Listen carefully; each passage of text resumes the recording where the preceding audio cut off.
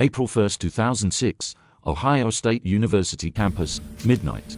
The sounds of music and the laughter of young people spill out into the streets. 27-year-old medical student Brian Shaffer enters a bar with his friends. On the security cameras, he is clearly seen walking up the escalators, talking with his friends, and going inside.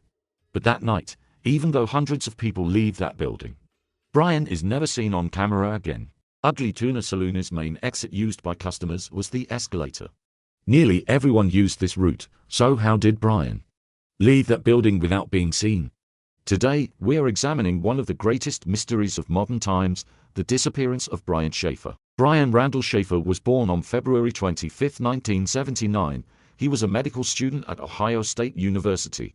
He was known as intelligent, ambitious, and always positive.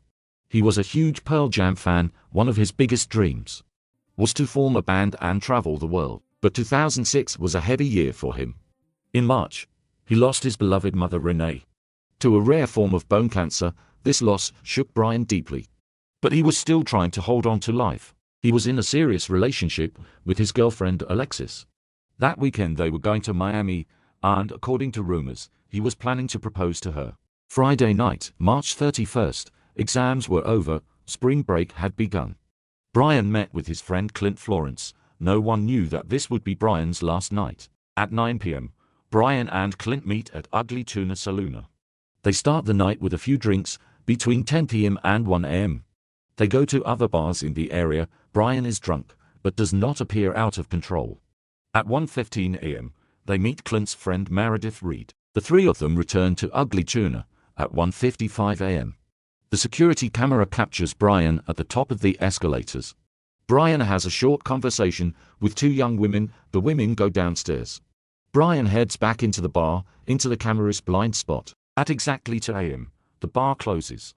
People begin to pour out in waves. Clint and Meredith wait for Brian at the exit. They ask everyone they know, "Have you seen Brian?" No one has. They call Brian's phone over and over. It rings, but no one answers. Brian Shaffer does not return home that night. He does not board his flight to Miami, and no one ever sees him again. Monday morning, Alexis is horrified when she learns Brian never boarded the plane. This is not something Brian would do. When police enter Ugly Tuna, they initially believe this is a simple missing person case. But when they review the camera footage, everything changes. Brian is seen entering at 1:55 a.m., but there is not a single frame of him leaving. There are dozens of cameras inside the bar and the shopping complex. Everyone who entered is confirmed to have left, everyone except Brian. The bar is searched thoroughly, dogs are brought in. Ceilings, service areas, kitchens, and trash containers are inspected. There is not a single trace. His girlfriend Alexis calls Brian's phone every night for weeks. It always goes to voicemail. In September, 5 months after he vanished, the phone begins to ring. There is no evidence that the phone is being actively used, only that a signal is detected. The signal comes from a tower 22 kilometers away from the bar. Police search the area, but once again, nothing is found.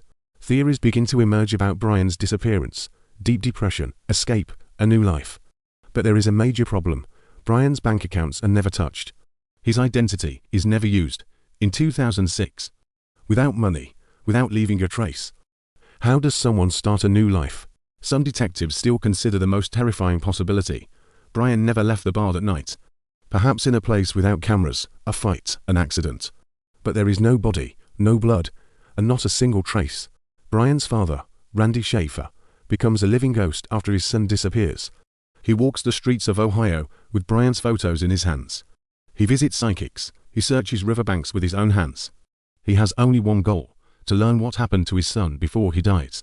In 2008, during a violent storm, a tree falls on him in his yard, and he is killed. For Brian's only brother, Derek Shaffer, this pain is unimaginable.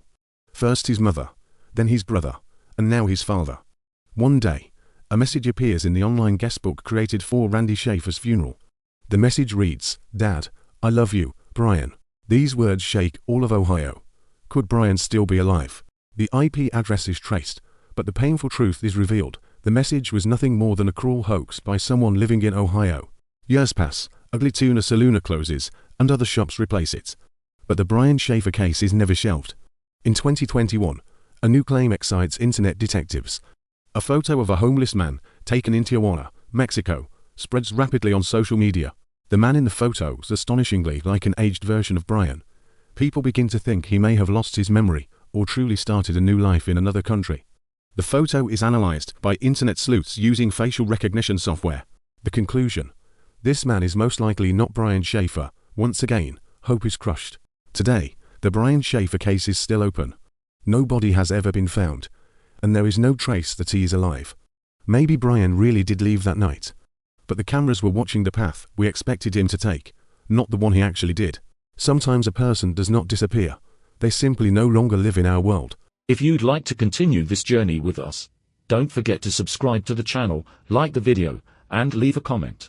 Until we meet again in the next episode, in another mysterious story from the Tree of Humanity.